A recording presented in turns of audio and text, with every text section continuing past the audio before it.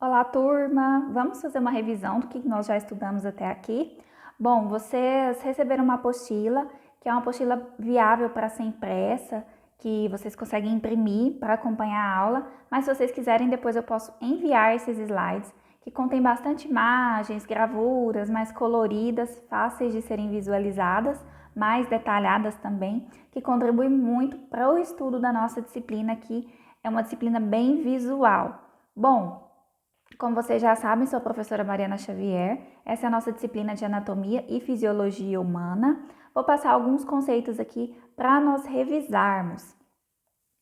Bom, tudo que vocês forem estudar dentro da área da saúde, nós vamos trabalhar sempre introdução, sempre conceitos. O que é um conceito? Conceito é uma definição, um significado que é indispensável dentro da nossa área da saúde. Então, para iniciar nossa revisão, vamos revisar um pouquinho sobre o conceito de anatomia e fisiologia. Nós já sabemos, que são duas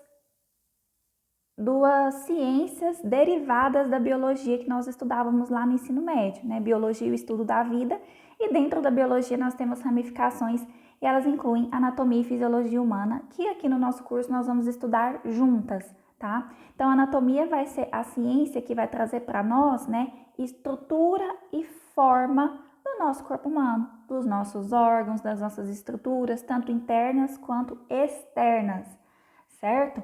E a fisiologia vai complementar a anatomia, trazendo ali as funções orgânicas e os processos vitais de nós seres vivos. Então, vou dar um exemplo aqui, quero voltar até aqui nessa ilustração sobre, coloquei aqui um coração, todo bonitinho, mas se nós fôssemos distinguir anatomia de fisiologia, vamos lá?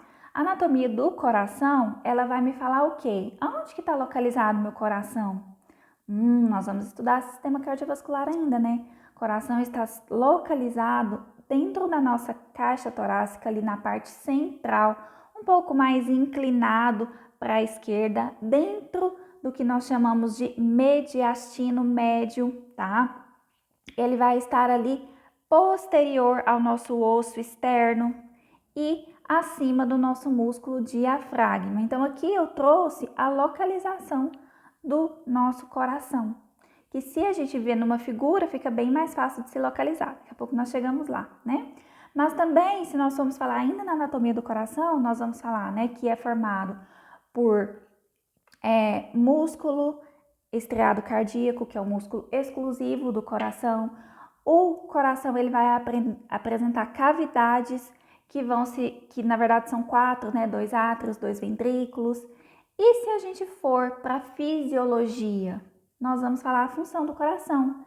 Então, o coração ele se contrai e se relaxa para bombear sangue oxigenado e rico em nutrientes, para todo o nosso organismo. Ou seja, ele bate para que a gente consiga ali fazer todos os nossos processos vitais através do sangue, como distribuição do oxigênio, distribuição de nutrientes, trocas gasosas, etc. Ou seja, sempre a anatomia vai me dar forma, a estrutura, a localização e a fisiologia vai me falar das funções, do funcionamento, certo? Por isso que quando nós formos estudar os sistemas, nós vamos estudar sempre uma junto com a outra. Bom, aqui está um resuminho, Falei aqui um pouquinho sobre a origem da palavra anatomia, que significa cortar em partes, e o termo dissecação vem de cortar e é aplicado ao estudo da anatomia com a utilização do cadáver humano. Conversamos também um pouquinho na nossa primeira aula sobre essa utilização, Passamos aqui, nós vamos trabalhar também algumas figuras reais para que vocês consigam visualizar as estruturas, tá? Aqui coloquei a oração ao cadáver desconhecido, conversamos sobre a parte ética, de trabalhar em corpos, tanto no estudo da anatomia, quanto vocês no exercício da enfermagem, quando forem trabalhar ali, com o paciente que veio a óbito, sempre manter a ética e o respeito por esse corpo, já com a ausência de vida. Aqui a gente tem um resuminho da diferenciação entre anatomia e fisiologia. A anatomia, então, trazendo posição, morfologia e estrutura desses órgãos, e a fisiologia, a função, o funcionamento. Avançando, então, nós passamos para o nível de organização biológica. Então, do que nosso corpo ele é formado, né? Qual que é o menor pedacinho até o maior para a gente formar o organismo completo? Então, a nossa unidade estrutural de base aqui, gente, vou pegar minha canetinha, vai ser a célula, né? Aquela que nós estudávamos lá na nossa biologia, que vão se unir, células semelhantes se unem e vão formar os tecidos, assim como está aqui na gravura, tá? Os tecidos, né, em conjunto vão formar os órgãos, que quando se agrupam em funções complementares, vão formar os sistemas. E nós vamos estudar aqui, ó, um por um desses sistemas.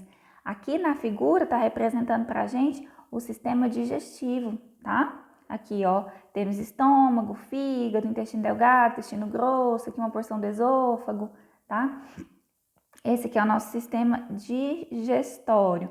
E a união de nossos vários sistemas vão formar o nosso organismo. Então, isso aqui é o que a gente chama de níveis de organização biológica. E eu gosto sempre de falar para os alunos, né, pensar do que nosso corpo é formado, como que ele é constituído, certo? Vamos passar então. Aqui, ó, temos outra esqueminha, né, falando que as células unidas se formam, se juntam formando os tecidos, que vão formar os órgãos, que em situações semelhantes ali, se complementando, vão dar origem aos sistemas, e os sistemas vão compor o nosso organismo. Isso aqui é uma revisão prévia, tá, pessoal? Tá? Aqui nós temos um textinho explicando, depois eu mando esses slides para vocês lerem, revisar, tá? E aqui também eu coloquei uma representação dos nossos sistemas fisiológicos do nosso corpo humano, que são os sistemas que nós vamos estudar aqui dentro da nossa disciplina, contemplando aí os principais órgãos do nosso corpo, certo? Aqui nós temos então uma representação de 12 sistemas.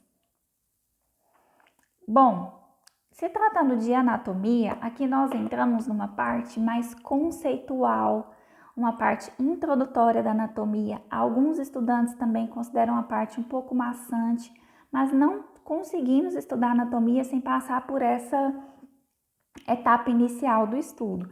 Então, por mais que vocês considerem um pouquinho difícil, né? Ai, professora, para que eu vou usar tudo isso? Lá no final, quando nós estivermos estudando, no final, né? Não, né? No meio. Quando estivermos estudando os sistemas, tudo isso que a gente está aprendendo aqui vai ser importante para compreender os sistemas como um todo. Então, de fato, não dá para nós pularmos essa parte, tá?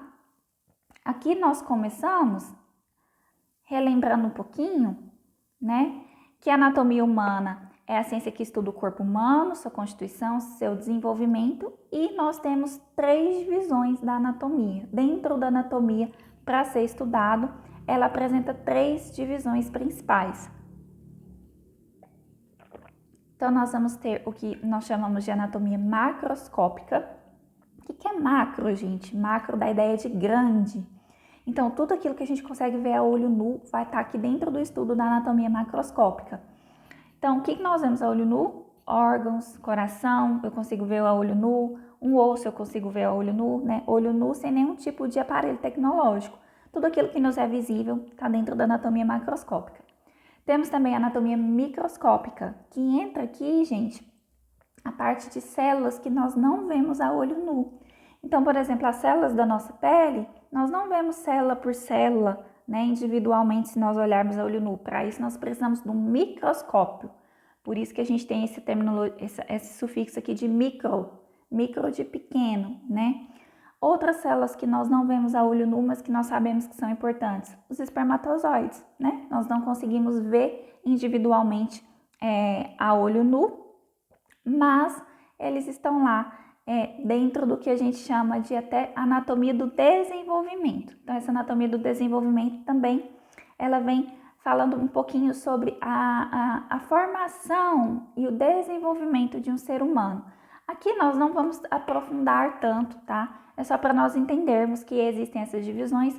Se vocês forem fazer um curso superior na área da saúde, vocês vão estudar isoladamente, por exemplo. Dentro da anatomia microscópica, nós temos a citologia, que é os estudos das células, né? Anatomia do desenvolvimento, nós temos a embriologia, desde lá do embrião até a formação do feto.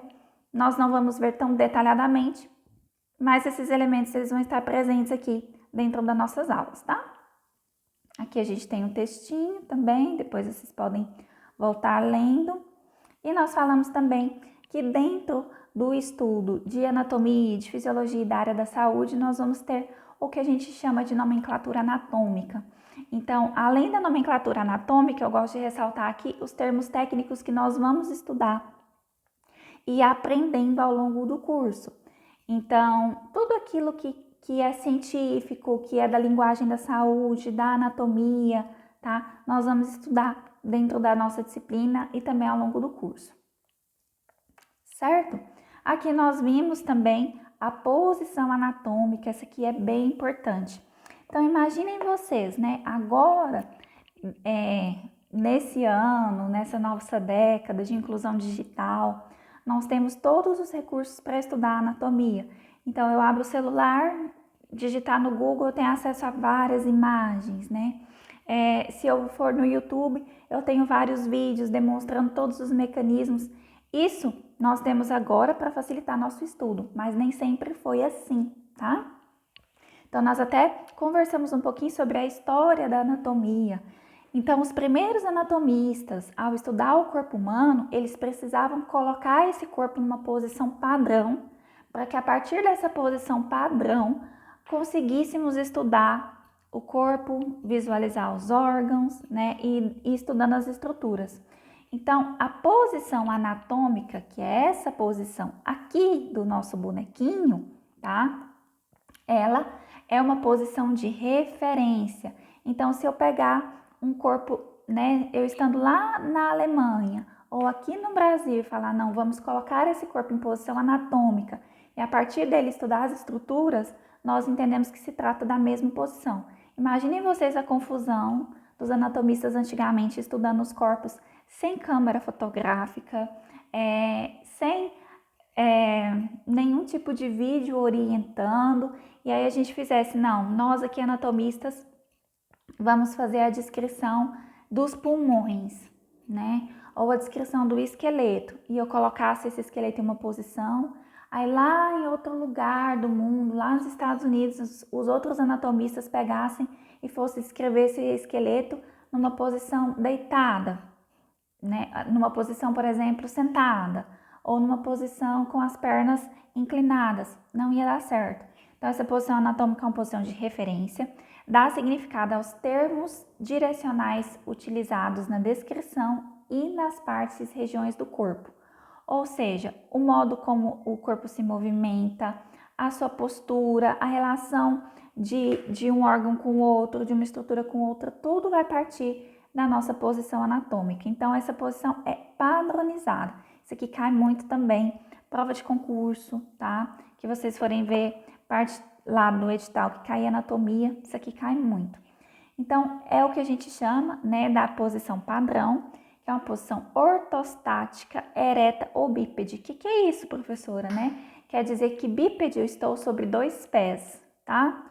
Ereta eu estou com o corpo, não estou assim, não estou caída, não estou deitada, nem relaxada, estou ereto. A face está voltada para a frente, como aqui no nosso bonequinho. O olhar está dirigido para o horizonte. Os membros superiores, que é o que a gente chamava de braço, vão estar estendidos ao longo do tronco. As palmas das mãos vão estar voltadas para frente e os membros inferiores vão estar unidos ou ali em paralelo, né? Então, nós não temos pernas dobradas, nós não temos braços cruzados, nós temos posição anatômica. Então, memorizem essa posição. E também nós falamos sobre a divisão do corpo humano. Essa parte aqui ela é bem interessante. Lembra aquela musiquinha da Xuxa? Cabeça, ombro, joelho e pé, joelho e pé. Nós vimos que ela está incorreta, está errada. Nós não dividimos o corpo humano dessa forma. A nossa divisão de corpo humano compreende cabeça, pescoço, tronco e membros. Então, tudo aquilo, né, que nós chamávamos de braço, agora vai ser membros superiores. E tudo isso que a gente chamava de perna vão ser membros inferiores, tá? Dentro dessas 4 divisões, cabeça, pescoço, tronco e membro, também vão ter subdivisões, tá? Ó, gosto aqui dessa subdivisão.